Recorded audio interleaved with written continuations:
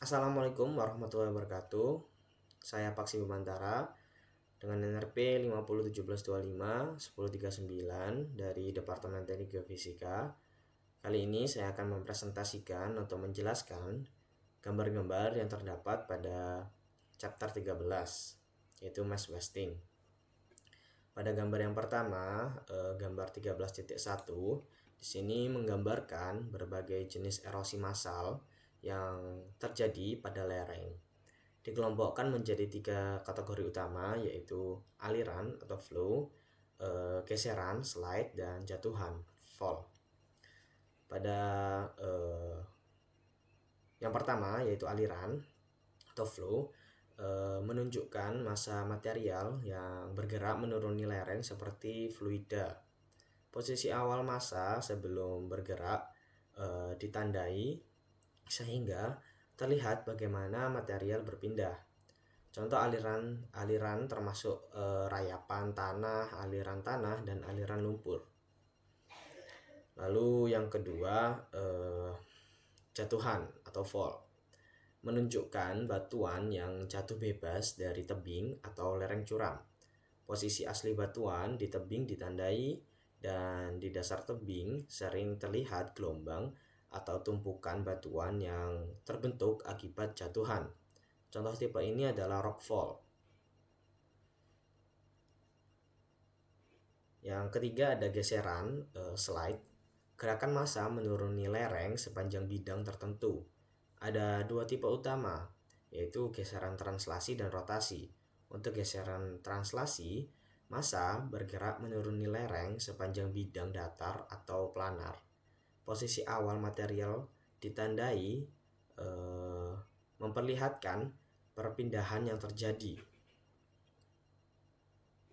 Lalu ada yang kedua kan tadi geseran rotasi. Massa bergerak menuruni lereng dengan gerakan melengkung atau rotasi.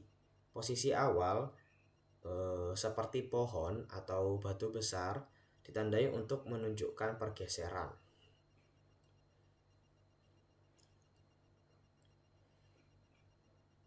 Bagaimana bentuk lereng dan sifat material menentukan tipe gerakan massal yang terjadi, serta perbedaan karakter antara aliran, geseran, dan jatuhan.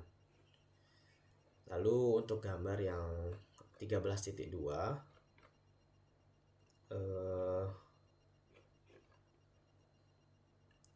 di sini menggambarkan bagaimana keseimbangan antara gaya geser dan tahanan geser memengaruhi stabilitas lereng.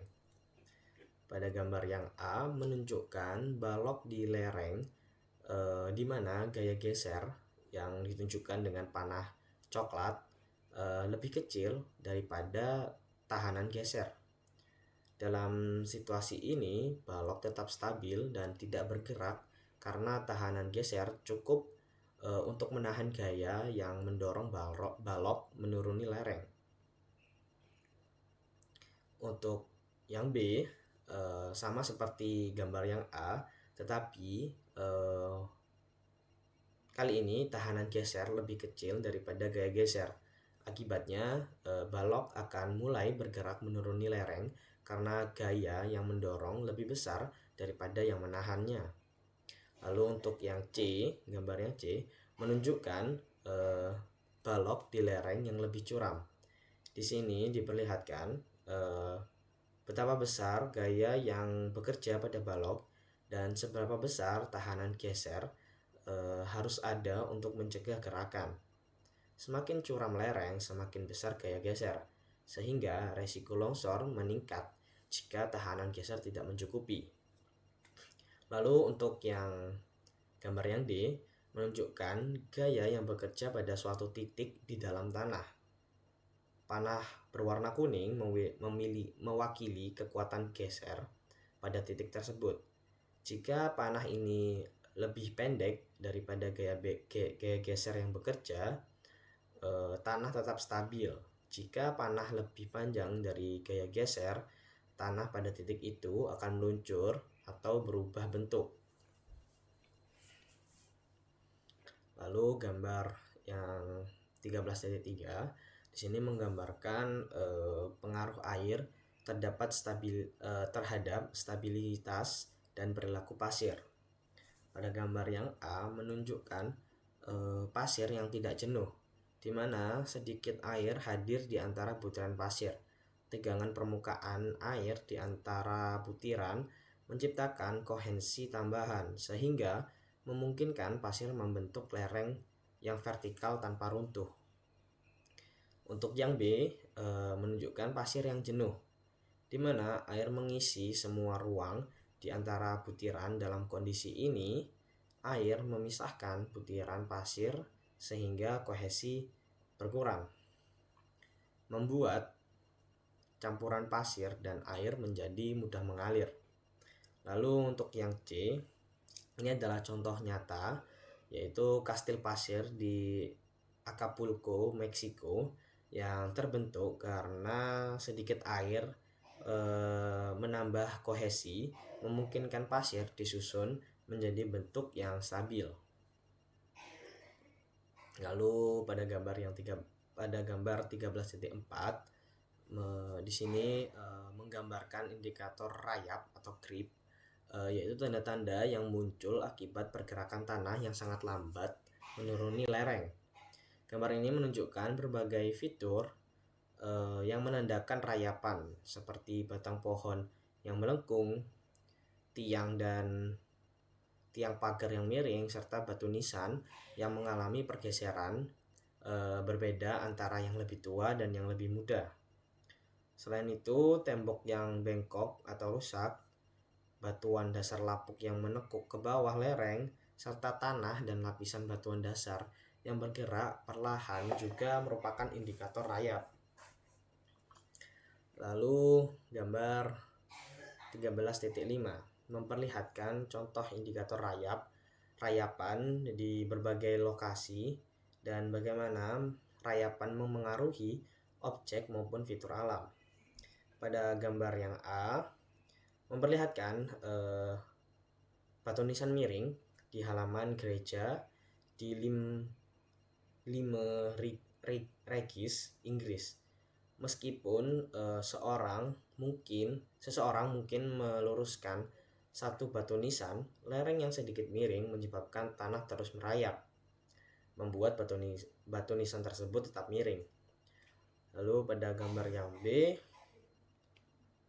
ditunjukkan tanah dan batuan sedimen yang lapuk sebagian hampir vertikal, yang perlahan merayap menuruni lereng akibat gravitasi. Lalu pada gambar yang C terlihat pohon muda yang tumbuh vertikal awalnya, tetapi karena tanah di sekitarnya merayap, batang pohon menjadi miring. Saat pohon terus tumbuh, bagian atas yang baru akan tumbuh tegak.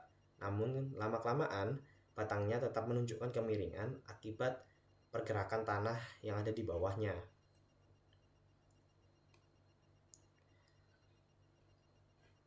Lalu gambar yang 13.6 menjelaskan pergerakan tanah menuruni lereng akibat siklus beku cair, terutama pada butiran pasir kecil, yaitu kurang dari 1 mm, dan bagaimana butiran tersebut bergeser secara bertahap.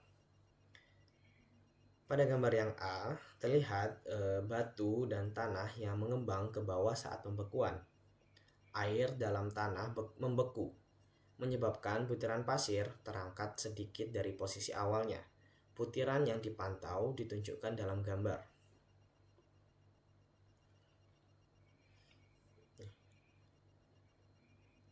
Lalu pada gambar yang B ditunjukkan permukaan tanah setelah pembekuan, memperlihatkan posisi asli dan bekas permukaan yang berubah akibat pergerakan butiran. Pergerakan ini tidak selalu lurus, vertikal selama butiran yang berdekatan saling mengganggu. Lalu pada gambar yang C terlihat permukaan saat tanah mencair. Butiran pasir jatuh kembali, namun posisinya sedikit bergeser ke bawah lereng. Siklus pembekuan dan pencairan ini bila terjadi berulang-ulang menyebabkan tanah bergerak menuruni lereng secara bertahap. Lalu gambar 13.7 menjelaskan aliran tanah atau earth flow, yaitu pergerakan massa tanah yang menuruni lereng. Gambar ini menunjukkan scrub, yaitu tebing curam di bagian atas lereng tempat tanah mulai bergerak. Di bawah scrub terlihat massa tanah yang mengalir, menandakan material bergerak secara plastis atau semi cair menuruni lereng. Meskipun permukaan tertutup rumput atau vegetasi, tanah tetap bisa bergerak di bawahnya. Lalu ada gambar 13.8. Gambar ini menjelaskan aliran tanah dengan geseran rotasi atau slumping, yaitu gerakan tanah yang memadukan perputaran blok di bagian atas lereng dengan aliran material di bagian bawah. Dapat dilihat pada gambar yang A, tanah di bagian atas tetap sebagian utuh dan berotasi menuruni lereng membentuk blok-blok yang berputar. Sementara tanah di bagian bawah mengalir secara plastis. Terlihat scrap atau tebing yang curam, blok yang berotasi, tanah yang mengalir, dan ujung bergelombang di dasar lereng. Untuk gambar yang B menunjukkan contoh nyatanya di La Conchita, California pada Maret 1995 ketika aliran tanah longsor menghancurkan beberapa rumah. Dan untuk gambar yang C menggambarkan mobilisasi ulang longsoran setelah hujan lebat yang pada Januari 2005 yang menyebabkan aliran tanah bergerak kembali ke kota. Lalu gambar 13.9 menjelaskan solifluksi, yaitu gerakan lambat tanah yang jenuh air di daerah berpermafrost seperti di barat laut Alaska. Selama musim dingin, tanah membeku sepenuhnya sehingga permukaan tampak stabil. Saat musim panas, lapisan atas tanah yang mencair dan jenuh air mulai bergerak perlahan menuruni lereng, sementara permafrost tetap membeku di bawahnya. Gambar ini menampilkan lobus solifluksi, yaitu bagian tanah yang bergerak perlahan dan memperlihatkan zona yang mencair selama musim panas. Fenomena ini menekankan bagaimana kombinasi pencairan musiman dan tanah jenuh air dapat menyebabkan gerakan lambat tanah di daerah dingin. Lalu gambar 13.10 di sini mengilustrasikan dampak permafrost terhadap konstruksi, khususnya rel kereta api. Pada gambar di sini adalah rel kereta api di Alaska. Permafrost membuat tanah tetap beku sepanjang tahun di lapisan bawah, tetapi lapisan atas dapat mencair musiman.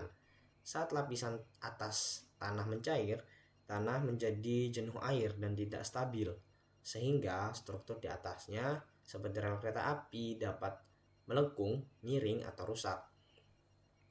Gambar ini menunjukkan pentingnya memperhitungkan kondisi tanah beku dan perubahan musiman ketika merancang dan membangun infrastruktur di daerah berpermafrost.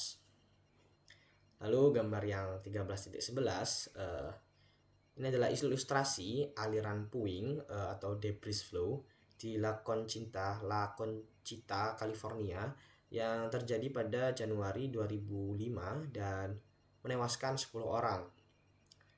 Aliran ini merupakan kombinasi tanah kasar, batu, dan lumpur yang bergerak cepat menuruni lereng sehingga melebihi dinding penahan logam yang dipasang untuk melindungi permukiman.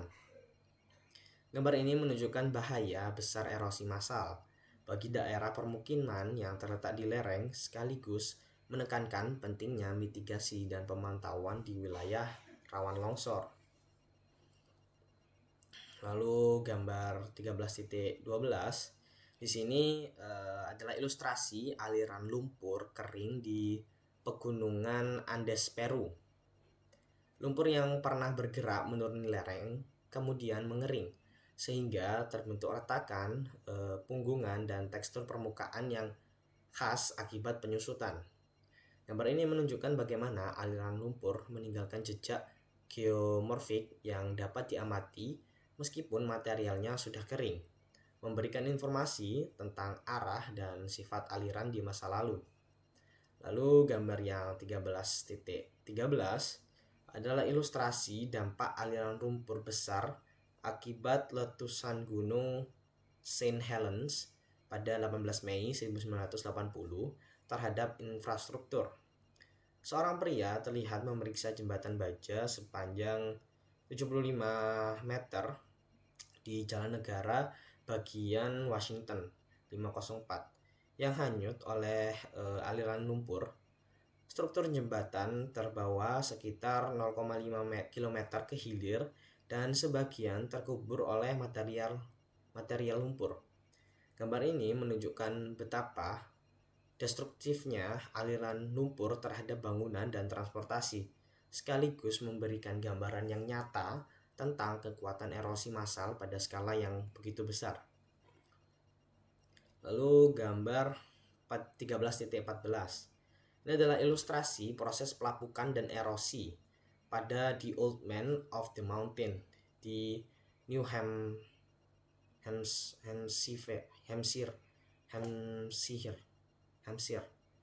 Pada gambar yang A, profil wajah pria tersebut terbentuk akibat pelapukan dan erosi, terutama dipengaruhi oleh sambungan subhorizontal pada granit. Profil ini menjadi ikon yang muncul di berbagai plat nomor dan publikasi di New Hampshire.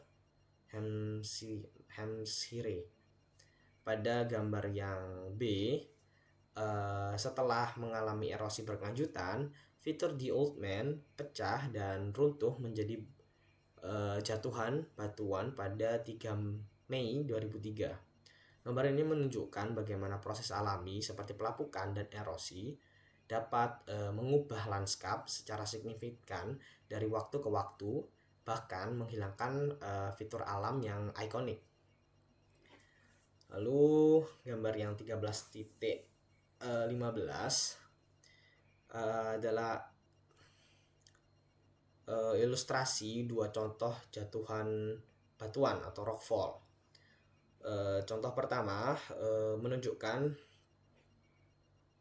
pembekuan es sebagai penyebab jatuhnya batu. Posisi asli blok batuan yang jatuh ditandai memperlihatkan bagaimana air yang membeku dan mengembang di retakan batuan dapat memecahnya dan menyebabkan batuan jatuh. Contoh kedua menunjukkan erosi gelombang yang mengikis batuan di tebing pantai sehingga batuan menjadi lemah dan akhirnya jatuh. Gambar ini menunjukkan bahwa berbagai proses alami, baik mekanis seperti pembekuan es maupun erosi oleh air, dapat menyebabkan batuan lepas dan jatuh dari tebing. Lalu gambar yang 13.16 adalah ilustrasi talus. Talus sendiri adalah tumpukan puing-puing batuan yang menumpuk di kaki tebing. Batuan-batuan ini berasal dari dari jatuhan batuan atau rockfall yang terus-menerus lepas dari tebing akibat proses seperti pembekuan air, diretakan, pelapukan atau erosi. Seiring waktu, fragmen batuan tersebut mengumpul membentuk lereng miring di dasar tebing yang disebut talus. Gambar ini menunjukkan bagaimana jatuhan batuan secara alami membentuk akumulasi material di kaki lereng, memberikan bukti visual dari proses erosi dan gravitasi yang bekerja di lanskap. Lalu gambar yang 13.17 mengilustrasikan jatuhan batuan besar dari lembah Yosemite. Dalam gambar ini terlihat awan debu dan puing-puing halus yang terangkat tinggi sampai lempengan batuan besar jatuh dari tebing ke dasar lembah. Tumbukan batuan menghasilkan ledakan udara dan puing yang melesat ke sisi lembah lainnya, menunjukkan bahwa energi dari jatuhan batuan tidak hanya menghantam dasar lembah, tetapi juga memengaruhi area di sekitarnya. Lalu untuk gambar yang 13.18, di sini adalah mengilustrasikan bencana longsoran batuan di Bendungan Vanjon ya. Dalam gambar terlihat sekitar 270 juta meter kubik batuan yang longsor menutupi waduk di belakang bendungan, sehingga sebagian besar permukaan bendungan terkubur di bawah puing-puing. Lereng gunung menunjukkan bidang lapisan tempat longsoran terjadi, memberikan gambaran tentang asal batuan yang runtuh. Foto sisipan menampilkan permukaan aliran hilir bendungan di lembah yang sempit, memperlihatkan bagaimana kota Langaroni yang berada di sepanjang sungai Piave terdampak. Visualisasi dinding air setinggi 175 meter yang meluap menunjukkan tingkat kehancuran akibat banjir. Gambar ini menekankan dampak destruktif dari longsoran batuan yang masif dan banjir yang ditimbulkannya, termasuk kerusakan infrastruktur dan resiko bagi permukiman yang ada di hilir. Lalu gambar yang 13.19. Gambar ini menjelaskan tentang mekanisme dan dampak dari tanah longsor Gros Ventre yang terjadi di Wyoming, Amerika Serikat. Pada gambar yang A yaitu foto tanah longsor.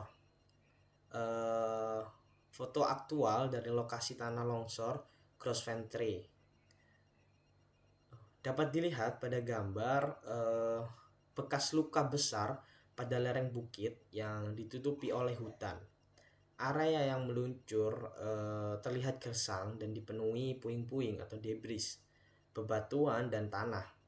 Skala kehancurannya sangat besar, menunjukkan pergerakan material yang signifikan. Lalu gambar yang B adalah diagram sebelum tanah longsor.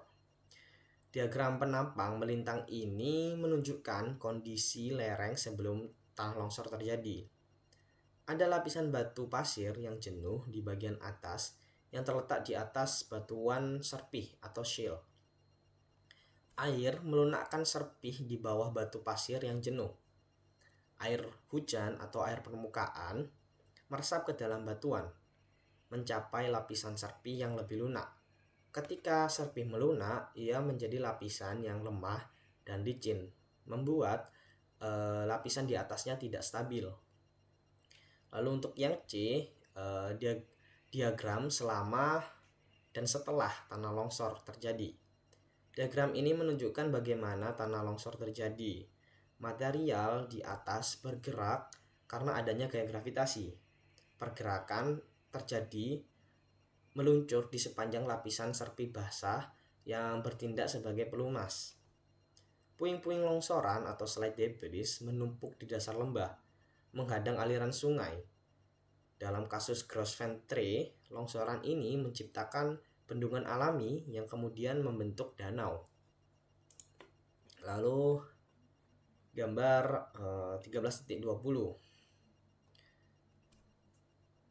Gambar ini mengilustrasikan bagaimana aktivitas konstruksi dapat meningkatkan resiko erosi massal pada lereng bukit.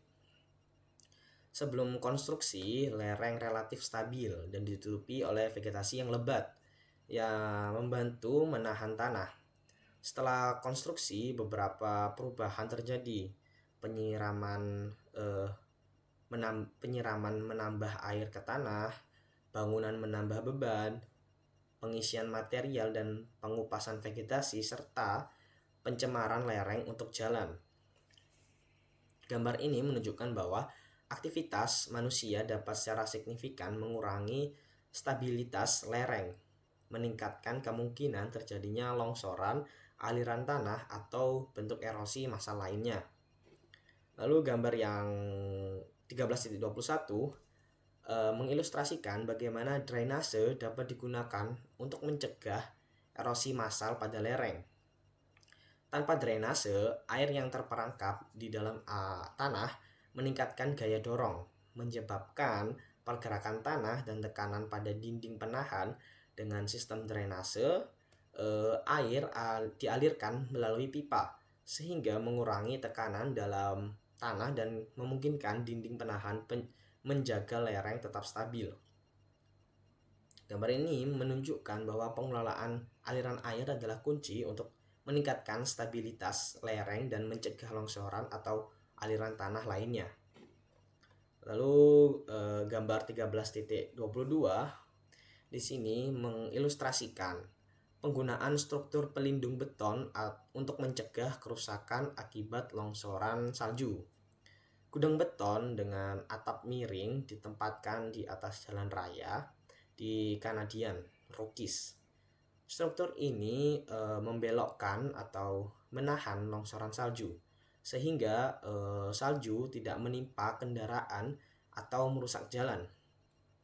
Gambar ini menunjukkan bahwa rekayasa struktural seperti atap pelindung dan terowongan efektif untuk melindungi infrastruktur di daerah rawan longsoran salju. Lalu gambar 13.23 mengilustrasikan pengaruh orientasi bidang kelemahan batuan terhadap stabilitas lereng bukit dan keamanan potongan jalan. Penambang melintang menunjukkan dua kondisi. Yang di sebelah kiri relatif aman. Bidang lapisan batuan sedimen stabil terhadap lereng. Potongan jalan raya tidak berisiko longsor, seperti yang dilihat pada gambar yang A. Dan untuk gambar yang B, berbahaya. Penghapusan batuan mengubah kestabilan bidang lapisan yang sejajar dengan lereng, menyebabkan potensi longsor meningkat. Gambar ini menekankan bahwa arah dan kemiringan lapisan batuan sangat menentukan apakah potongan jalan aman atau rentan terhadap erosi massal. Lalu yang terakhir, gambar 13.24 menjelaskan metode teknik geologi untuk mencegah tanah longsor atau gerakan massa pada lereng yang tidak stabil, terutama yang memiliki bidang-bidang kelemahan. Stitching adalah proses pemasangan kabel baja bertegangan tinggi ke dalam massa batuan yang tidak stabil untuk mengikatnya ke batuan yang lebih stabil di bawahnya. Seperti yang terlihat pada gambar yang A, adalah pengeboran hole planes of weakness. Lubang dibor menembus lapisan yang tidak stabil, unstable layers, melewati bidang-bidang kelemahan, planes of weakness, hingga mencapai batuan yang stabil, stable rocks. Untuk gambar yang B adalah pemasangan kabel dan penyemanan, cable and cement. Kabel baja dimasukkan ke dalam lubang. Semen dipompa ke bagian bawah lubang dan dibiarkan mengeras untuk mengunci ujung kabel pada batuan yang stabil. Pemasangan untuk yang C adalah pemasangan plat dan pengencangan, steel plate and nut. Sebuah plat baja diletakkan di atas kabel. Mur dikencangkan pada ulir di ujung kabel. Lalu untuk yang D adalah penjangkaran atau tightening. Proses pengencangan mur menarik seluruh kabel. Tarikan ini memberikan tegangan, gaya tekan yang kuat pada lapisan yang tidak stabil, mengikatnya secara erat ke batuan stabil di belakangnya. Ini secara efektif mencegah lapisan yang tidak stabil meluncur di sepanjang bidang kelemahan. Dan untuk gambar yang E adalah kondisi nyata di lapangan. Foto ini menunjukkan contoh aplikasi teknik stitching pada potongan jalan di Acapulco, Meksiko. Lereng di atas jalan terlihat distabilkan dengan banyak kabel baja. Terlihat di sini yang di bagian pojok sebelah kiri terdapat titik-titik gelap yang menonjol. Itu adalah kabel baja yang dikencangkan dengan plat baja dan mur. Lereng tersebut juga telah disemprot dengan beton untuk mencegah pelapukan dan erosi yang lebih lanjut. Tujuan utama stabilisasi ini adalah untuk melindungi jalan dan struktur di atasnya dari bahaya gerakan massa. Oke, sekian yang dapat saya sampaikan. Apabila ada kesalahan dalam penyampaian dan kata-kata yang kurang berkenan, saya mohon maaf. Saya akhiri. Wassalamualaikum warahmatullahi wabarakatuh.